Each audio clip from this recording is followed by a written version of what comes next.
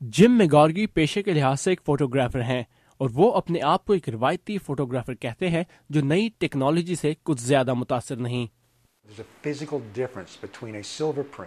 Silver print اور digital print میں بہت فرق ہے، ایک ایسا فرق جس کے بارے میں زیادہ تر لوگ نہیں سوچتے۔ سلور پرنٹ فوٹوگرافی کے پیپر میں موجود سلور لیئر پر نقش ہوتا ہے، جبکہ ڈیجیٹل پرنٹ محض پیپر پر روشنائی ہوتی ہے۔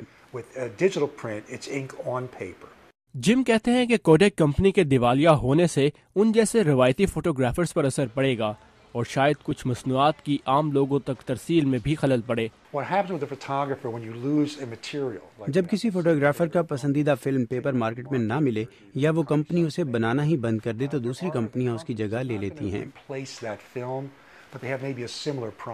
اور جب ایسے ہوتا ہے تو اس پروڈکٹ کو بنانے والے لوگوں کی نوکریاں بھی ختم ہو جاتی ہیں۔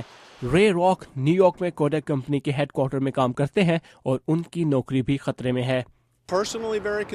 ذاتی طور پر میں بہت فکر مند ہوں، مجھے اپنی ریٹائرمنٹ کے فوائد حاصل کرنے کے لیے بھی نوکری کے کچھ اور سال چاہیے ہیں، لیکن دیکھتے ہیں کیا ہوتا ہے۔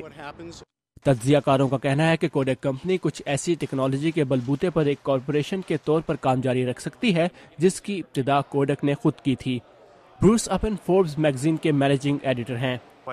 میرے خیال سے کوڈک اپنی ٹیکنالوجی اور پیٹنٹ کی فروخت کے لائسنس سے ہونے والی آمدنی کے باعث ایک کمپنی کے طور پر قائم رہے گی۔